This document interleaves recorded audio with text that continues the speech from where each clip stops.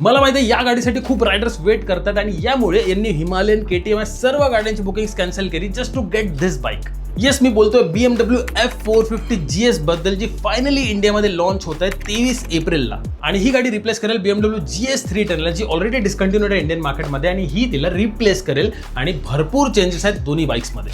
तर ही गाडी सुद्धा मेड इन इंडिया, म्हणजे TVSच्या होसूर प्लांटमध्ये ही गाडी मॅन्युफॅक्चर होणार आणि it is inspired from 1300 GS. परदेशात त्याचे 4 व्हेरियंट्स अवेलेबल आहेत, म्हणजेच बेसिक, एक्सक्लुझिव्ह, स्पोर्ट आणि GS ट्रॉफी. आणि हेच इंडियामध्ये यायची पण पूर्ण शक्यता आहे. आणि हायर व्हेरियंट्समध्ये तुम्हाला additional riding modes, adjustable suspension आणि काही एक्सेसरीज ॲज स्टँडर्ड मिळतील. तसं BMW 450 GS मध्ये 420cc चे liquid cooled parallel twin engine आहे विथ 48 PS ऑफ पॉवर आणि 43 newton metres of torque. 6 speed gearbox आहे with slipper clutch and bidirectional quick shifter.